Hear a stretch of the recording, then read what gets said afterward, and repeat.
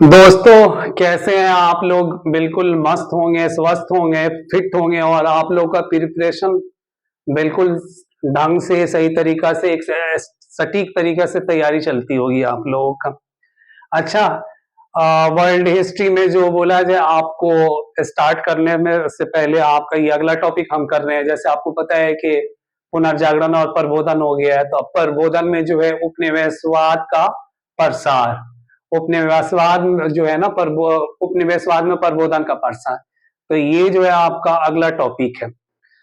Topic start करने से पहले मैं आप लोगों से ये बोलना चाहता हूँ, कुछ आप लोग के लिए अर्ज कर रहा हूँ।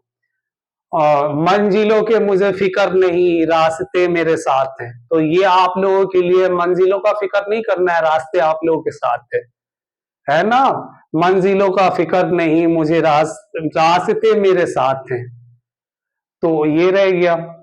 अब चलिए टॉपिक की तरफ चलते हैं। और एक चीज आप लोगों की ये भी मैं बताना चाह रहा हूँ कि ये चैनल पे आपको ग्लोबल कैरियर पे जो है आपको वर्ल्ड हिस्ट्री का जो टॉपिक पढ़ रहे हैं, हिस्ट्री के, वर्ल्ड हिस्ट्री के बाद से जो है आपको मॉडर्न इंडिया पढ़ेगा आपका। और फिर फर्स्ट पेपर आप लोग को जो है एंशिएंट और मेडिवल तैयार कराया जाएगा, या तो फिर ऐसा किया जाएगा कि आप लोग को वर्ल्ड हिस्ट्री के बाद से एंशिएंट कराए और फिर मेडिवल और लास्ट में मॉडर्न कराया जाए। तो ये रह गया, आपको जैसे होगा ये किया जाएगा। और आप लोग इसी चैनल पे पबैट की भी क्लासेस पढ़ेगी, ठीक ना। तो पबैट की भी जो टॉपिक है वो भी तैयार करके आप लोगों को किया जाएगा। और आप जो इसका दूसरा चैनल है एमएम ग्लोबल कैरियर, जिसपे जीएस की जो है ना आप लोग की वीडियोज पढ़ती है, जीएस की सारी टॉपिक जो पढ़ रहे हैं आपको, पॉलिटी हो गया, इकोनॉमिक्स हो, इंडियन इकोनॉमिक्स हो गया, ऑर्गेनाइजेशन वर्ल्ड इकोनॉमिक्स हो गया, आपको आईआर के दो टॉपिक्स पढ़े हैं। और आज जो है आपका उस पे एमएम ग्लोबल कैरियर पे आप लोगों का आ जाएगा। आज हिस्ट्री मॉडर्न इंडिया का जो बोला जाए, मॉडर्न हिस्ट्री का आधुनिक इतिहास बोला जाए, आधुनिक भारत का इतिहास जो बोला जाए, वो आप लोगों का आज पढ़ जाएगा। यूरोपीय आगमन पड़ेगा, आज का टॉपिक पहला स्टार्ट होगा उस पे, जीएस वाली जो चैनल है आपको एमएम ग्लोबल कैरियर पे। और ये आपको ग्लोबल कैरियर, ये मेंस के लिए आप लोगों का, इसमें आपको हिस्ट्री और पबैट, जिनका पबैट होगा वो उनका भी सारे टॉपिक इस पे मिलेगा। और हिस्ट्री तो मेन हिस्ट्री जिनका ऑप्शनल पेपर होगा वो तो आएगा ही, आपका हिस्ट्री का किया जा रहा है। चलिए आज चलते हैं अपने टॉपिक के तरफ और अपना ये स्टार्ट करते हैं। पुनर्जागरण रिनेशिया तो हो गया आपका, प्रबोधन भी वो टॉपिक हो चुका है, इन लाइटमेंट भी जो टॉपिक प्रबोधन का था वो हो गया। अब ये टॉपिक है प्रबोधन में, उपनिवेशवाद में प्रबोधन का प्रसार। तो इसमें कौन कौन से टॉपिक आप लोगों का आज हाईलाइटेड किया जाएगा और बताया जाएगा।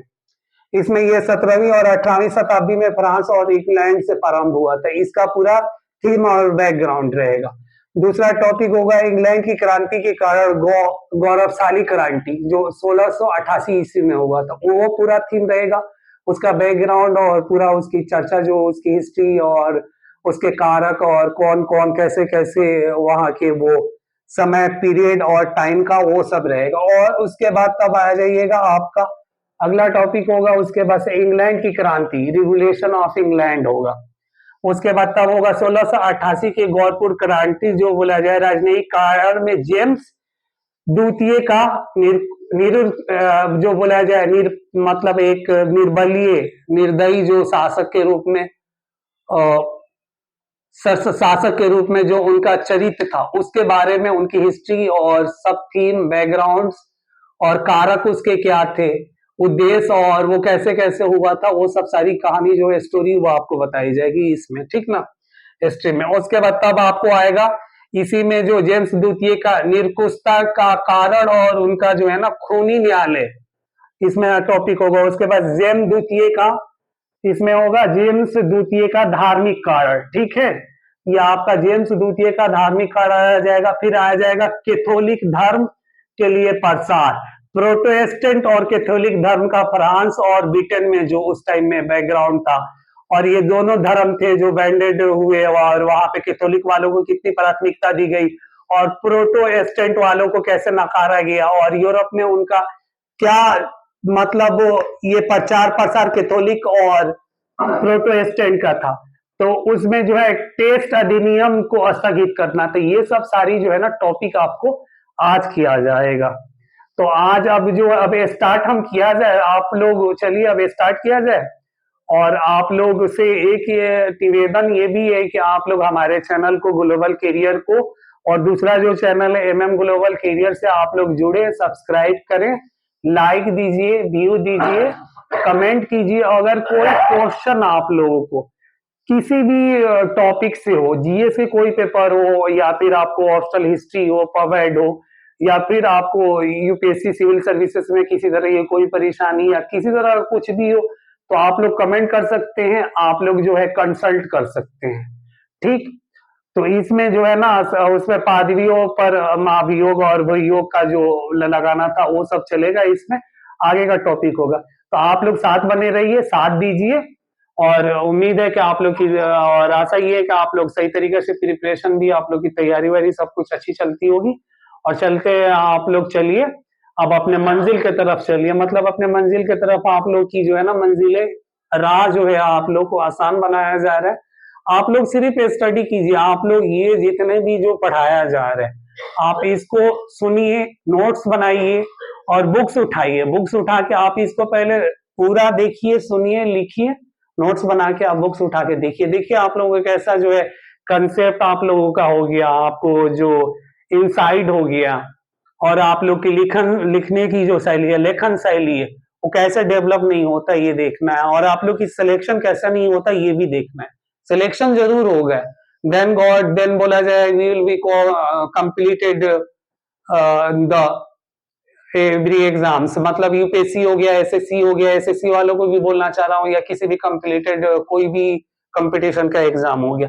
और यूपीएससी तो आप लोग को बिल्कुल ज्यादा होपलेस नहीं होना है, हंसते खेलते जो है ना आप लोग सही तरीके से अगर प्रिपरेशन किया, और आप लोगों ने लेके एक अपना थीम जो है आप लोग का एक जो अपनी मनोदशा को एक तरफ से लेके कंसंट्रेटेड होकर आप लोगों ने किया, इनसाइड और लेखन शैली, और आप लोग का तथ्य अगर अवेलेबल हुआ, और मेंस की आप लोग का प्रिपरेशन पूरा कंसल्ट, पूरी तरीका से तैयारी है, कंसल्टेड है बिल्कुल, तो आप कोई भी नहीं रोक सकता आप लोग को देन कंप्लीट करने से। चलिए चलते हैं अब अपने टॉपिक की तरफ, उपनिवेशवाद में प्रबोधन का प्रसार। तो ये आपको उपनिवेशवाद में प्रबोधन का प्रसार, speed of enlightenment in the Collins, ठीक ना। तो ये रह गया आपको, ये कब चालू हुआ था, जो इनलाइनमेंट इन द कॉलिंस का कब स्टार्ट हुआ था आपका, प्रबोधन का उपनिवेशवाद में प्रसार कब से चालू हुआ, ये हुआ आपको 17वीं और 18वीं शताब्दी में। ये कहां से चालू हुआ था, फ्रांस से हुआ था, फ्रांस और इंग्लैंड से प्रारंभ हुआ था। और इसमें जो है ना चिंतन जो थे, जो आपको थिंकर बोला जाए, वो कहाँ के थे, अमेरिका के थे, फ्रांस के थे और ब्रिटेन के थे। मगर इसमें सबसे ज्यादा अगर पूर्ण तरीका से अगर भूमिका देखा जाए आप लोगों को बताऊं, तो वो आपको अमेरिकन चिंतन ज्यादा मिलेंगे, मतलब अमेरिकन थिंकर जो है वो ज्यादा मिलेंगे। तो चलिए अब टॉपिक की तरह, 17वीं और 18वीं शताब्दी में फ्रांस और इंग्लैंड से प्रारंभ हुआ था। यह चिंतन अमेरिका तथा एशिया जैसे उपनिवेश में भी प्रसारित हुआ है। अमेरिका में Benjamin Franklin, James Otis, Thomas Paine, Frederick Henry और सैमुअल एडम्स प्रमुख प्रबोधन के चिंतक रहे हैं। ये कहाँ पे, ये अमेरिका के थे, ठीक ना। और ये क्या चिंतन रहे हैं, मतलब ये मतलब अमेरिका और एशिया में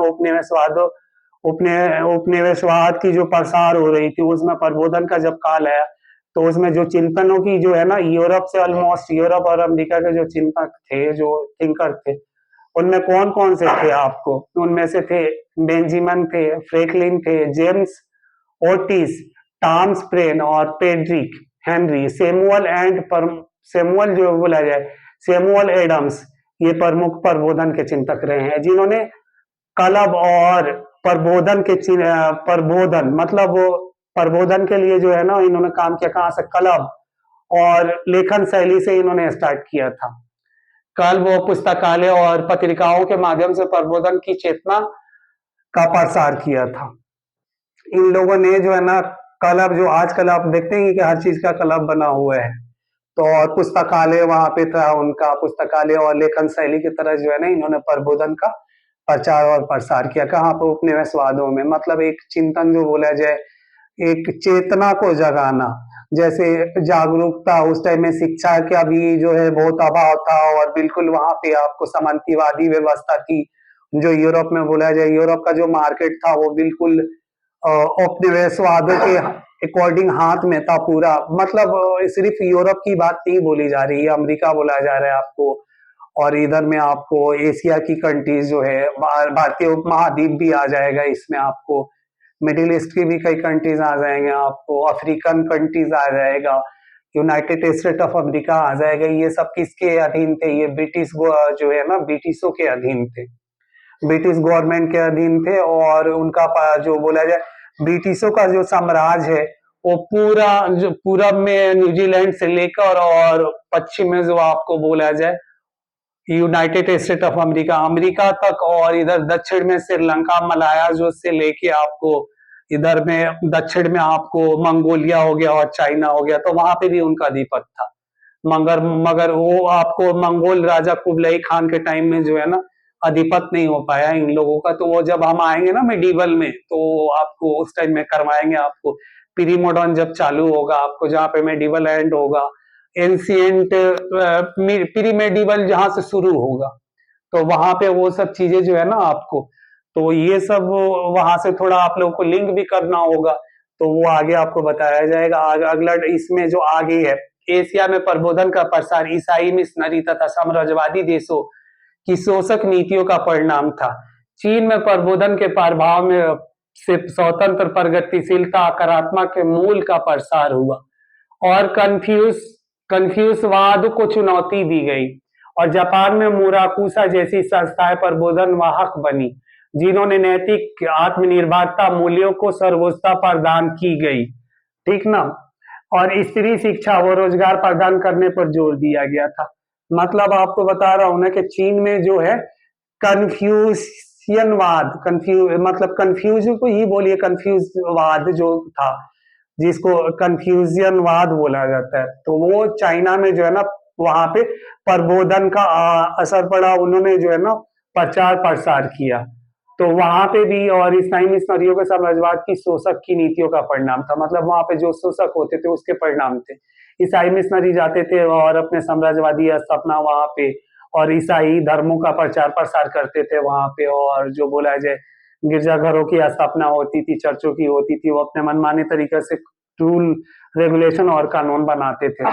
और इधर जापान में मोराकुशी जैसी संस्थाएं प्रबोधन वाहक को मतलब चिंतन का काम किया। आत्मनिर्भरता, इसमें क्या था? सर्वोच्च पर्दा, मतलब स्त्री की सर्वोच्चता, मतलब बोला जाए स्त्रियों में रहन सहन और शिक्षित होने का और शिक्षा रोजगार को प्रदान किया। ये जापान में भी हुआ है, याद रखिएगा लोग आप लोग। दो चीजें यहाँ पे आप लोग, चाइना को भी हाईलाइट करना है, जापान को भी करना है।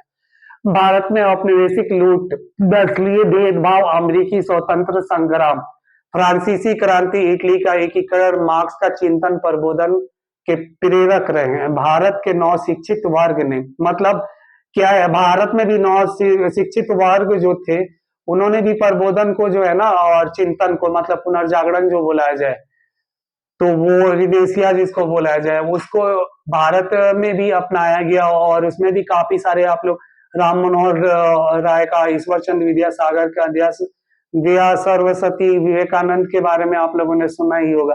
तो यहाँ पे भी स्त्रियों की दशा जो उस टाइम में, उस पीरियड में बोला जाए आपको, 17वीं और 18वीं शताब्दी में अच्छी नहीं थी, और सती प्रथा का भी उन्मूलन यहाँ पे हुआ था। तो ये आप लोगों को पता है कि कैसे कैसे यहाँ पे भी जो है ना लेखन, और जो है यहाँ पे भी जो चिंतक लोग थे, उन्होंने कुरीतियों को दूर करने के लिए उन्होंने अपना जो इसके अगेंस्ट गए, और इन्होंने आवाज बुलंद किया, और इसके लिए लड़ाइयां लड़ी उन्होंने। ठीक है, तो ये भारत में भी प्रबोधन का वाहक भूमिका निभाई है। किन किन लोगों ने निभाई है? इसमें राजा राम मनोहर राय हो गए, डेविड हेयर हो गए, ईश्वर चंद्र विद्यासागर हो गए, दयानंद सरस्वती हो गए। विवेकानंद के विचारों में वृद्धिवादी चिंतन और सामाजिक समानता के मूल्यों को समाज में लोकप्रिय बनाया। टैगोर, सरचंद्र, प्रेमचंद्र ने जनमानस की समस्याओं को अपनी साहित्य में स्थान देकर प्रबोधन के विचारों का अनुकरण किया। मतलब क्या है इसमें, आपने आ गए ना, इसमें कौन कौन से लोग थे आपने देख लिया। और प्रेमचंद्र की आप लोगों ने गोदान साधु उपन्यास अगर पढ़ा होगा, तो उसमें भी जो है ना स्त्रियों की दशाएं वर्णित की गई है। और आपने प्रेमचंद्र की एक बहुत चर्चित उपन्यास है महुआ, वो भी शायद आप लोगों ने पढ़ा होगा। तो उन्होंने भी स्त्रियों की जो है ना, और उसमें उन्होंने वो जो है दारू वारू और नशा का भी वो सब उसमें कैरेक्टर उन्होंने दिखाया हुआ है। फिर आ जाता है प्रेमचंद्र का सबसे जो है फेमस, और मतलब वो आप हिंदी फिल्म में भी आपने देखा होगा, बॉलीवुड में भी, तो देवदास। तो देवदास ने भी उन्होंने लिखी थी, देवदास प्रेमचंद्र की लिखी हुई कहानी है और उपन्यास है, जिसपे प्रेम तो जैसे उसमें आपने पहाड़ों और आपने उसमें वो देखा है ना, चुन्नी लाल, और फिर इधर में वो क्या मैं बोलता हूँ, वो सब कैरेक्टर उसमें आपने देखा है ना, शराबों का पीना, और फिर वो समाज में जो कुरीतियां थी वो बिल्कुल जो कोठे का जो दिखाया है वहां पे, वही सब चीजें उन्होंने देवदास में, उसी देवदास की उपन्यास प्रेमचंद्र की लिखी हुई देवदास जो पिक्चर बनी है, दो पिक्चर बनी है, एक अभी बनी थी और एक बहुत पहले बनी थी, 60-70 के टाइम में बना था। तो ये आप लोगों ने देखा ही। तो ये सब चीजें अब आगे के टॉपिक के तरफ अगला टॉपिक आपको है इंग्लैंड की क्रांति के कारण गौरवशाली क्रांति प्राप्त कैसे था 1688 ईस्वी में। मतलब इंग्लैंड की क्रांति हुई थी, वो गौरवशाली क्रांति क्यों मानी जाती है, जो 1688 ईस्वी में हुआ था, 1688 सेंचुरी में जो हुआ था, उसमें इसलिए वो किया जाता है कि वो बिना रक्तहीन क्रांति थी।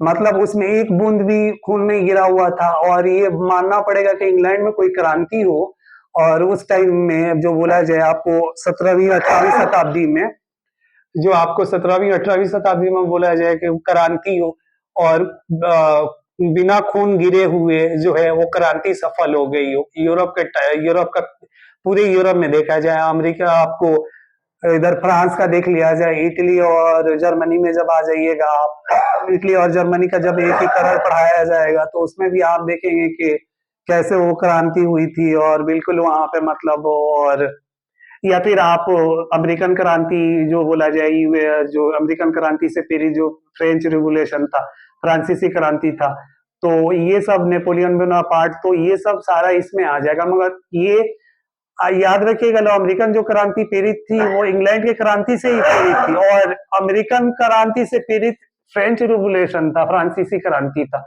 तो आगे का टॉपिक में आप लोग इंटरेस्टेड टॉपिक आता चला जाएगा, आप लोग को लगेगा भी कि हाँ हिस्ट्री तो वैसे इंटरेस्टेड है ही है, मगर पढ़ने का जो एक दशा जो है ना, मनोदशा, और पढ़ाने का जो एक समझने का, वो अगर आप लोग की शैली आ गई ना, तो समझिए कि इससे अच्छा इंटरेस्टेड पेपर कोई नहीं हो सकता है, हिस्ट्री और पवेट का बोला जाए तो। ये जो है ना, आप इसमें थोड़ा सा अपना मन को स्थापित करना है, और बिल्कुल तो मगन हो जाइएगा, बिल्कुल आप लोग मगन हो जाइएगा दिल से, बिल्कुल आप लोग को बोलेगा बल्ले बल्ले। तो वो चीजें, चलिए आप आगे चलते हैं। तो ये क्रांति क्या था, मैं क्या आप लोगों को बता रहा था, 17वीं और 18वीं शताब्दी में इंग्लैंड की क्रांति। इंग्लैंड की क्रांति 1688 ईस्वी में संपन्न हुई थी, तथा इस क्रांति को महान क्रांति कहा जाता है। 1688 की गौरवपूर्ण क्रांति, वैसवपूर्ण क्रांति, गौरवपूर्ण क्रांति और गौरवशाली क्रांति माना जाता है। मतलब ये किस लिए माना जाता है, इसलिए कि रक्तहीन क्रांति के नाम से भी जाना जाता है, इस क्रांति को रक्तहीन क्रांति के नाम से जाना जाता है, पहले भी आप लोगों को बोला हूं। तथा रक्तहीन क्रांति के नाम से जाना जाता है, यह महान क्रांति इसलिए कहा जाता है कि इंग्लैंड के राजा व वहां के सांसद में मतभेद में खून नहीं बहा, इसलिए इसे रंगहीन क्रांति या रक्तहीन क्रांति के नाम से जाना जाता है।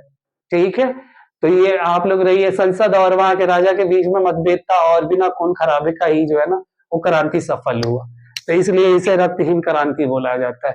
अब इंग्लैंड की क्रांति जो है ना, आपको रिवोल्यूशन ऑफ इंग्लैंड, तो इसके अब कारक आ जाइए, प्रभाव और इसका उद्देश्य और कैसे कैसे वो पृष्ठभूमि थी, वो सब उसके तरफ चलते हैं। इंग्लैंड की क्रांति स्टुअर्ट्स वंश के राजा जेम्स द्वितीय के शासनकाल में हुआ। वो 1685 ईस्वी में इंग्लैंड के राज सिंहासन पर बैठा, और उसके क्रूर धार्मिक और राजनीतिक नीतियों के कारण इंग्लैंड में 1688 ईस्वी में गौरवपूर्ण क्रांति घटित हुई। इसे रक्तहीन क्रांति या वैसवपूर्ण क्रांति के कहा जाता है।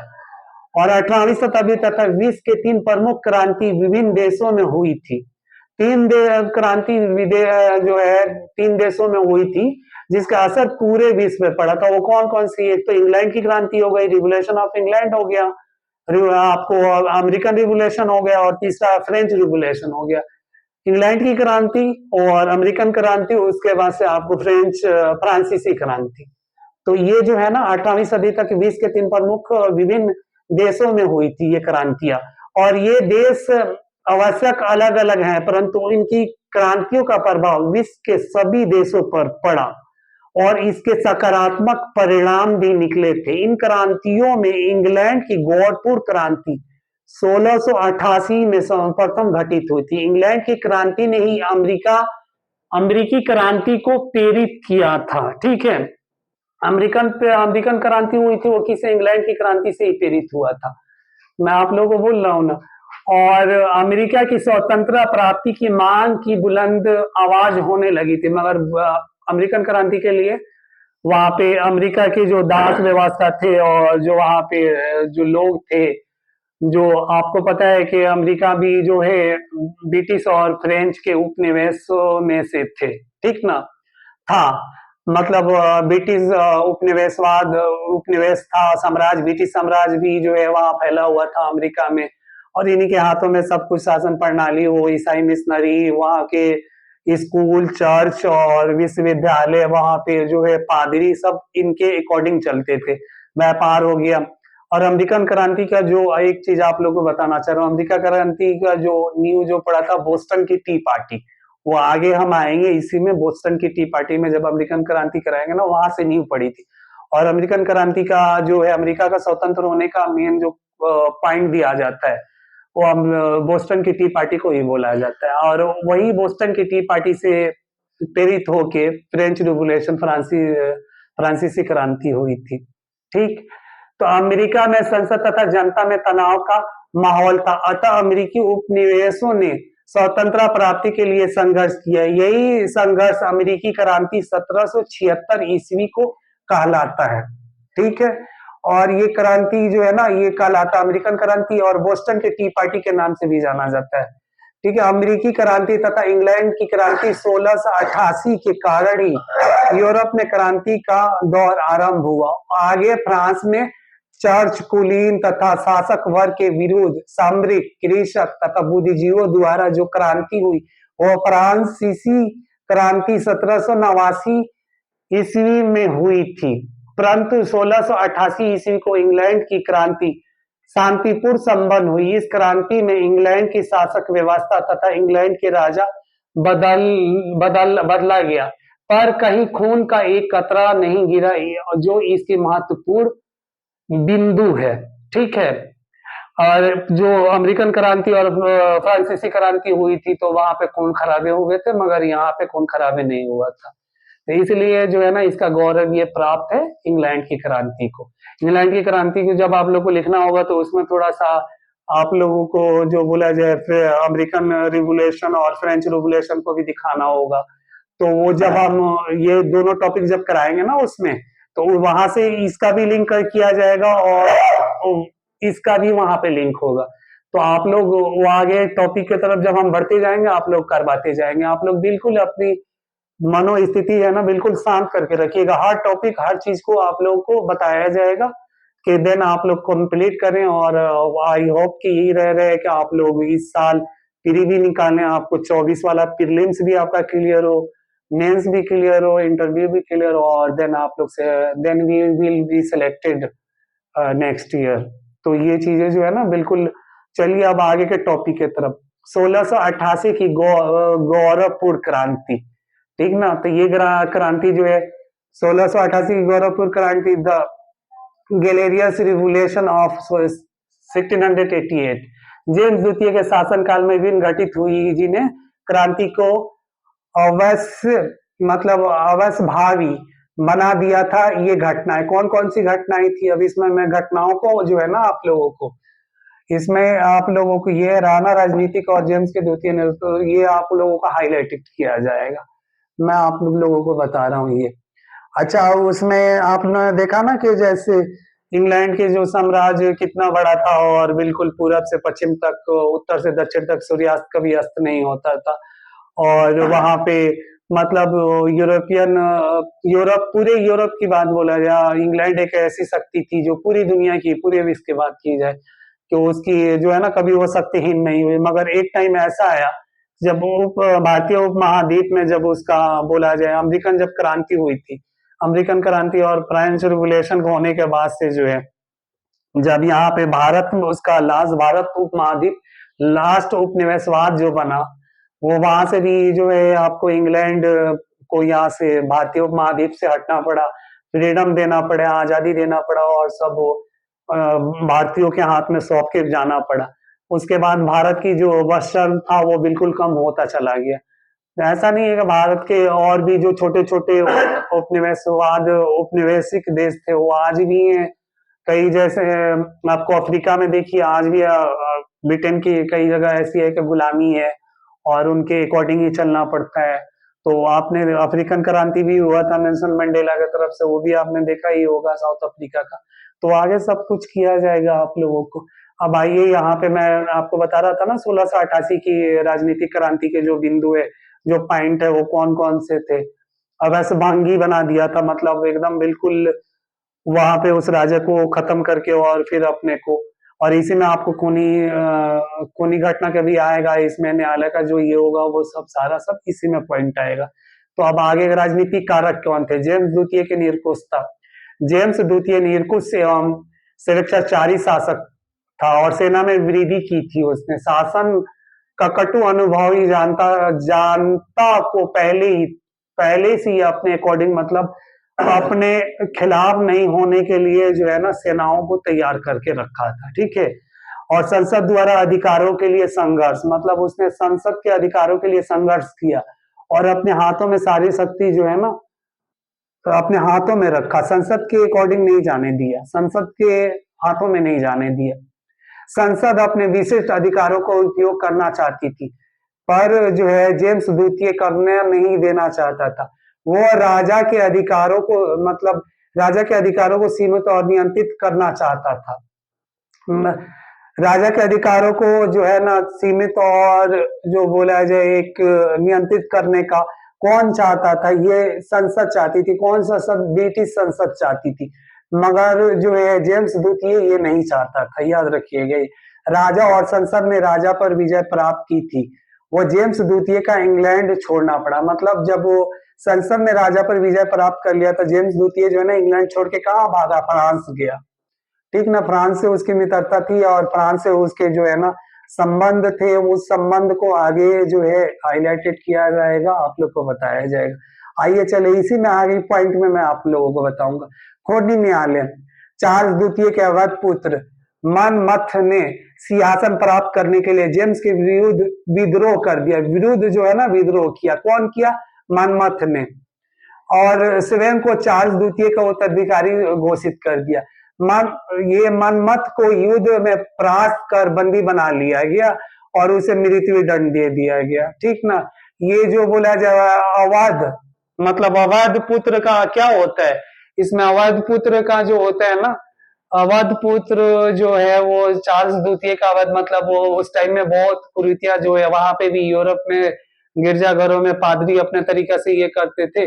और जेम्स द्वितीय का किसी से कोई संबंध था, उसी से उसका बेटा हुआ, वो अपने को उत्तराधिकारी बताने लगा और इसके अगेंस्ट गया, मतलब वहां पे क्रांति की। मगर वो क्रांति जो है ना उसको जो बोला जाए उसके अवध पुत्र को सफल नहीं हो पाया और उसे मृत्यु के घाट उतार दिया गया, फांसी की सजा दे दी गई। तो ये यहाँ पे ये रहा। और इसी में जो है इस न्यायालय को खूनी न्यायालय कहा जाता है, क्योंकि जो है ना जेम्स द्वितीय के अवध पुत्र को इन्होंने जो है फांसी की सजा दे दी गई, वो भी न्यायालय के थ्रू दिया गया। तो इस न्यायालय को किस न्यायालय के नाम से जाना गया? खूनी न्यायालय के नाम से जाना गया। आगे का पॉइंट इसी में होगा। स्कॉटलैंड में भी ऑल ऑफ आर्गिल ने विद्रोह किया और 300 बस्तियों को मृत्यु, मतलब 300 व्यक्तियों को मृत्यु दंड दिया गया था और 800 व्यक्तियों को दास बनाकर वेस्ट इंडीज द्वीपों में भेजकर बेच दिया गया। स्त्री और बच्चे को भी क्षमा नहीं दिया गया था। मतलब कहाँ भेजा गया था इनको? वेस्ट इंडीज, अफ्रीका की एक जो है द्वीप है, उस द्वीप पे वेस्ट इंडीज, आज वेस्ट इंडीज एक कंट्री के नाम से जाना जाता है, वहां भेज दिया गया और इनकी नीलामी की गई और इनको बेचा गया और दास बनाया गया। ये किसके थ्रू? जेम्स द्वितीय के थ्रू ही हुआ था। स्कॉटलैंड में जो स्वतंत्रता के लिए मांग किया गया और उनके एगेंस्ट जो बोला जाए विरुद्ध विद्रोह हुए थे, उसमें 800 व्यक्तियों को बंदी बना के भेजा गया था। कहाँ भेजा गया था? वेस्ट इंडीज भेजा गया था, ये याद रखिएगा, अफ्रीका के एक द्वीप में। मगर आज आप लोग हाईलाइटेड कीजिएगा तो वहां पे ये भी हाईलाइटेड कीजिएगा, वेस्ट इंडीज आज अफ्रीका का एक कंट्री है, छोटा सा एक कंट्री है, ठीक है ना। जेम्स द्वितीय का निसफल विदेश नीति, अब यहाँ पे आ जाइए। जेम्स द्वितीय फ्रांस के कैथोलिक राजा लुई चतुर्दश से अधिक और सैनिक सहायता प्राप्त कर इंग्लैंड में अपना निरंकुश सुरक्षाकारी, किसी का ना सुनना, अपनी इच्छा से काम करना होता था तथा शासन शासन शासन अस्थायी करना चाहता था, ठीक है। तो ये क्या, वो फ्रांस से उसने सैनिक सहायता और मांगा अपना, और चर्चों पे जो है ना अपना आधिपत्य थोपना चालू कर दिया, पादरियों पे, गिरजाघरों पे और जनता पे वहां की, ठीक ना। धन और सैनिक सहायता के आधार पर राजा राज करना चाहता था। लुई कैथोलिक था और फ्रांस के प्रोटेस्टेंट दूसरे धर्म को मानने पर अत्याचार करता था। अच्छा, फ्रांस के जो लुई था वो क्या था? कैथोलिक मानने वाला था। प्रोटेस्टेंट जो वहां पे मानते थे, ईसाई में जो दो समुदाय, कैथोलिक और प्रोटेस्टेंट, तो जो है कैथोलिक मानता था लुई, जो फ्रांसीसी शासक था, और वहां की पब्लिक जो है प्रोटेस्टेंट मानती थी, तो उस पे वो अत्याचार करता था।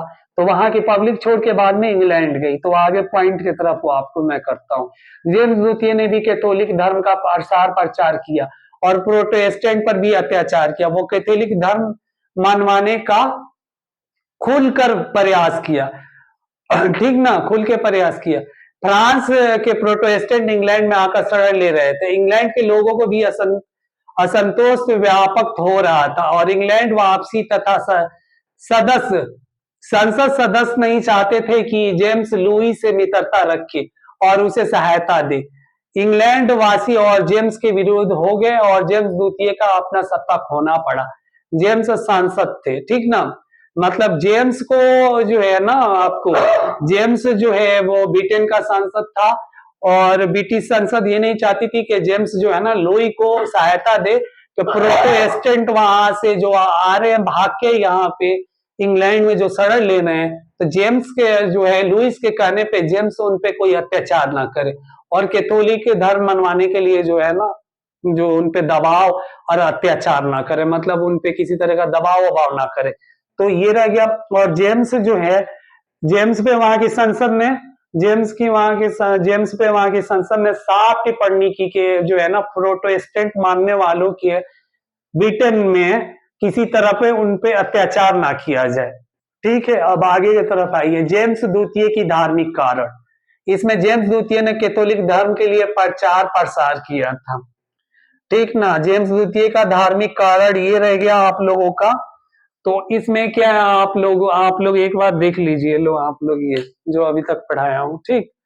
तो जेम्स द्वितीय ने कैथोलिक धर्म के लिए प्रचार प्रसार किया, अधिनियम को स्थगित करना चाहता था, विश्वविद्यालय में हस्तक्षेप करना चाहता था, धार्मिक अनुग्रहों को शोषण करना होता था, 7 पादरियों पर महाभियोग और उनकी बंदी बनाना, कोर्ट ऑफ हाई कमीशन की स्थापना करना, नवीन कैथोलिक गिरजाघर की स्थापना करना। ये किसने किया था? जेम्स द्वितीय की धार्मिक कारण थी, इन्होंने किया था, ठीक है।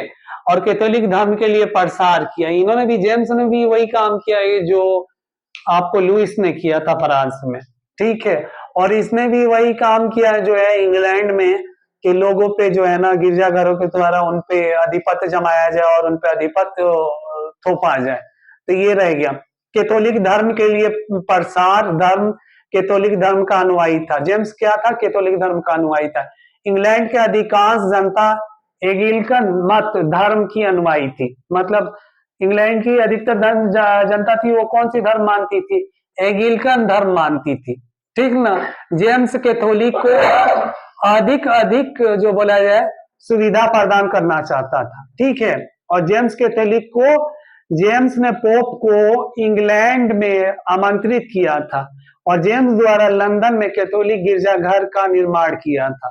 कैथोलिक गिरजाघर का निर्माण इन्होंने भी जो है वहां पे इंग्लैंड में किया और प्रोटेस्टेंट पे अत्याचार इन्होंने भी किया। तो यहाँ पे जो है ये दो चीजें जो है ना यहाँ पे ये जरूर आप लोग हाईलाइटेड कीजिएगा। चलिए आगे पॉइंट की तरफ, जिससे इंग्लैंड ने प्यूरिटन और प्रोटेस्टेंट उनके विरोध हो गए। इंग्लैंड में कौन कौन जो है जेम्स के विरोध हो गए, जेम्स द्वितीय के विरोध कौन हो गए, प्यूरिटन और प्रोटेस्टेंट। ये दो गुट जो दो समुदाय के जो लोग थे वो जो आपको जेम्स द्वितीय के अगेंस्ट चले गए। टेस्ट अधिनियम को स्थगित करना किसने किया था, जेम्स द्वितीय ने किया था। केवल एंग्लिकन चर्च के अनुयायी है और सरकारी पद पर रह सकते हैं, लेकिन जेम्स ने इस अधिनियम को स्थगित कर उनके कैथोलिक को राजकीय पदों पर प्रतिष्ठित किया। अब यहाँ पे क्या है, कैथोलिक जो है ना प्रोटेस्टेंट पादरी को हटा के वहां पे कैथोलिक पादरी को स्थापित किया गया। ठीक, मंत्री, न्यायाधीश, नगर व निगम के सदस्य तथा सेना में उच्च पदों पर कैथोलिक नियंत्रित किए गए थे। किसने किया था, जेम्स द्वितीय ने किया था। देखिए कैसे जो है ना पूरी हर चीज को उथल पुथल और चेंजेस किया जा रहा है। चेंजेस पीरियड है और वहां पे वो क्रांति का भी भाव का उत्पन्न होता है, तो जिससे ये चल रहा है। ठीक है, जिसे इंग्लैंड की संसद वो वहां की जनता जो है ना मतलब एक तरह से रूस्ट हो गई, मतलब एक तरह से रूट हो गई और जेम्स के विरोध करना शुरू कर दिया, जिसके तहत जेम्स को अपना राज गंवाना पड़ा। राज गंवाना मतलब उसकी राजशाही चली गई और जनता जब वहां के प्रोटेस्टेंट पादरी थे वो अगेंस्ट हो गए।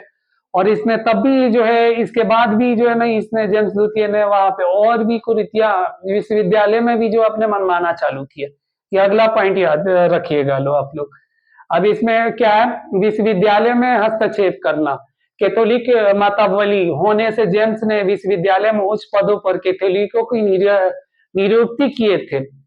इसमें मैकडाउन विश्वविद्यालय मतलब मैकडाउन विद्यालय के भी अधिकारियों को पृथक कर दिया गया था, क्योंकि उन्होंने एक कैथोलिक को सभापति बनने से इनकार कर दिया था। इस प्रकार प्रोटेस्टेंट संप्रदाय के लोग जेम्स के विरोध हो गए, मतलब प्रोटेस्टेंट के जो संप्रदाय थे वो विरोध हो गए जेम्स के।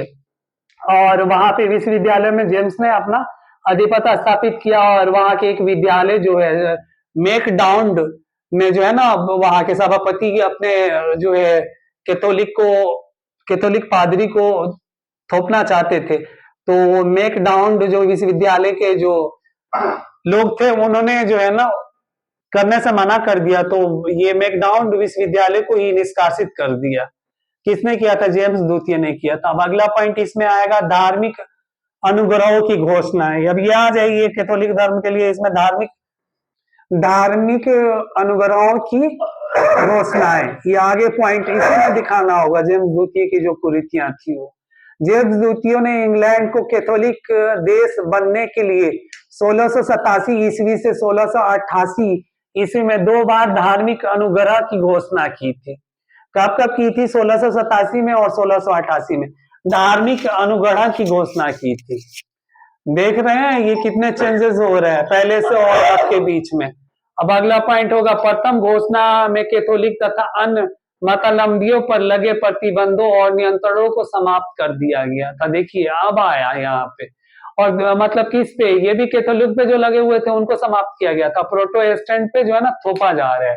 द्वितीय घोषणा में धर्म व वर्ग का पक्षपात किए बिना सभी लोगों के लिए राजकोषीय एवं राजकीय पदों पर नियुक्त का मार्ग प्रशस्त किया गया था। कैथोलिक की धार्मिक स्वतंत्रता प्रदान कर दी गई। इससे संसद में भारी असंतोष व्याप्त हो गया एवं संसद उसके घोर विरोध हो गए। मतलब संसद के जो मेंबर्स थे वो काफी घोर विरोध किसके, जेम्स द्वितीय के हो गए। ठीक है, तो इसमें आप देख ही रहे हैं कैसे कैसे इंग्लैंड में भी जो क्रांति और ये सब सारा इंग्लैंड में आज इसके रिसेंटली बाद ही होगा आपको औद्योगिक क्रांति इंग्लैंड में आएगी, जो आपको बताया जाना यूरोप में सोए हुए को जो है घोड़े को पीछे से लात मांगो तो जग गया बिल्कुल, और जग के हो अहंकार करने लगा और अब देख ही रहे हैं इंग्लैंड में कैसे कैसे चेंजेस आ रही है। वो किसके लिए आ रहा है? भौतिक सुख के लिए। याद रखिएगा ये जितने भी हो रहा है सब इसी टाइम में जो है ना, प्रबोधन के टाइम से ही जो है, यहाँ पे उपनिवेशवादों में भी प्रबोधन का प्रसार हुआ। मतलब एक तरह से पुनर्जागरण और प्रबोधन का असर पड़ा और उनमें चेतना आई एक तरह से अपनी दशा को सुधारने का, और राजा और पादरियों और चर्चों के खिलाफ बोलने के लिए और युद्ध करने के लिए, और जो बोला जाए मूवमेंट चालू करने के लिए। तो ये पीरियड आया। अब आगे पॉइंट में आते हैं हम। इसमें है अब 7 पादरियों पर महाभियोग और उनको बंदी बनाना। ये तो आपको पहले भी बोला है, अब इसमें ये पॉइंट आ जाइए। जेम्स ने ये आदेश दिया था कि प्रत्येक रविवार को उसकी द्वितीय धार्मिक घोषणा पादरी द्वारा चर्च में प्रार्थना के अवसर पर पड़ेगी। इसका यह परिणाम होता था कि या तो पादरी अपने धर्म व मत के विरुद्ध उस घोषणा को पढ़े और अलावा राज की आकांक्षा का उल्लंघन करे। मतलब ये आपको यहाँ पे साम दे रहा है कि पादरी धर्म और मत के विरुद्ध का इस पे घोषणा का पढ़े और अथवा राजा की आकांक्षा का उल्लंघन करे। तो आ गया चालू है कि राजा के आकांक्षा पे कोई जो उसके विरुद्ध जाएगा वो तो होना ही होना है, जाहिर सी बात है। वो भी उस टाइम में वहां पे इंग्लैंड में जो इंग्लैंड के शासक और जो वहां की जनता और बोला जाए बुद्धिजीवी जो हो गए उन पे, और जो वहां पे लेखन शैली वाले या जो चिंतन वाले हो गए, जो थिंकर्स हो गए या फिर वहां सामरिक हो गए, उन पे कितना अत्याचार किया जाता था उस टाइम में। और पादरी वही करता था जो वहां के शासक जो होते थे, जो अपने मनमाने ढंग से उनको बोलते थे, वही होता था। तो ये रहा आपको। अब आगे इसमें इस पर जो है, मतलब इस पे अगला पॉइंट पे इसको ये हाईलाइटेड करना पड़ेगा। इस पर केटरबरी के आर्च बिशप सेन क्राफ्ट ने अपने 6 साथियों सहित जेम्स का एक आवेदन पत्र प्रस्तुत किया था। इससे जेम्स ने क्रुपित होकर इन पादरियों को बंदी बनाकर उन पर राजद्रोह का मुकदमा चलाया। मतलब जेम्स ने उनके पास कुछ कृतिया लेटर भेजा था, उन्होंने वो उजागर कर दिया कि इन्होंने अपने मनमाने ढंग से ऐसे ऐसे करने के लिए बोला था, हमने ये किया नहीं, तो बस अब इन्होंने जो हमें बंदी बना लिया, उसके अगेंस्ट में उनको बंदी बना के उनको निष्कासित और उनको दंड दिया जेम्स द्वितीय ने। न्यायाधीश ने उनके दोष मुक्त कर दिया। मतलब उस टाइम में जो है ना, न्यायालय में जब पेश हुआ तो इन्होंने पादरियों ने बोला कि ऐसी ऐसी चीजें थी इनकी, इन्होंने मेरे को बोला था कि आप इनका लेटर आया हुआ था इनके तरफ से, राजदूत के तरफ से भेजा गया कि आप अपने तरीका से जैसे मैं बोलता हूँ आप गिरजा चर्च को और पादरियों को आप मैं जो बोलूंगा वही आप जनता के बीच में लाइए। और इन्होंने मानने से इनकार कर दिया, तो इनको बंदी बना के कोर्ट में पेश किया गया। जब कोर्ट में मुकदमा जब चला तो वहां पे जो इन्होंने बोला, पादरी ने जो बोला, तो मुख्य जो वहां के न्यायाधीश थे उन्होंने सुना, उनको फिर मुक्त कर दिया। तो इसके जनता और सेना ने पादरी मुक्ति पर हर्ष और जेम्स के प्रति विरोध व्यक्त किया था। ठीक ना। सेना अब यहाँ पे क्या है, यहाँ पे सेना भी आ जाएगी। ठीक है, सेना भी और पादरी भी जो है ना जेम्स द्वितीय का अगेंस्ट में चले जाएंगे। अब आइए क्रांति के परिणाम। ठीक ना। अब क्रांति के परिणाम में जो है, इसमें है राजा की शक्ति की कमी आई। इसमें पॉइंट कौन कौन सा है? राजा की शक्ति में कमी आई, संसद के अधिकारों में वृद्धि हुई, क्रांति के बाद अनेक अधिनियम बने, न्यायालय को स्वतंत्रता मिली, फ्रांस को पराजित कर इंग्लैंड में एक नई यूरोपीय नीति अपनाई गई, स्कॉटलैंड को क्रांति से वैधानिक और राजनयिक लाभ हुआ। क्रांति इसमें जो है किसको मिला? स्कॉटलैंड को क्रांति और वैधानिक लाभ और राजनीतिक हुआ। ठीक ना। क्रांति का क्रांति का आयरलैंड पर अच्छा प्रभाव नहीं पड़ा था, आयरलैंड का उनका व्यापार चौपट हो गया। मतलब इस क्रांति से आयरलैंड को कोई अच्छा प्रभाव नहीं पड़ा था और उनका व्यापार जो है चौपट हो गया। किसका चौपट हुआ? आयरलैंड को। ठीक है, ये आयरलैंड, स्कॉटलैंड, ये जो बोला जाए इंग्लैंड के ही जो बोला जाए क्षेत्र है, औपनिवेशिक उनका जो बोला जाए देश बोला जाए।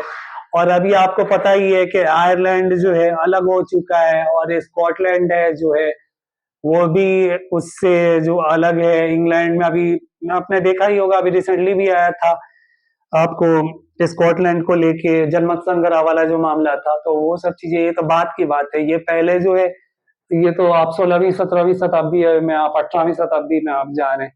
ठीक है, चलिए देखिए, अब आप लोगों को मैं बता दूं कि ये आपको 1688 ईस्वी का जो है इंग्लैंड की क्रांति जो हुई थी, वो भी हो गया। उससे प्रेरित कौन कौन से थे, उसमें मैंने थोड़ा थोड़ा आपको अमेरिकन क्रांति और फ्रांसीसी क्रांति को मैंने ये किया है।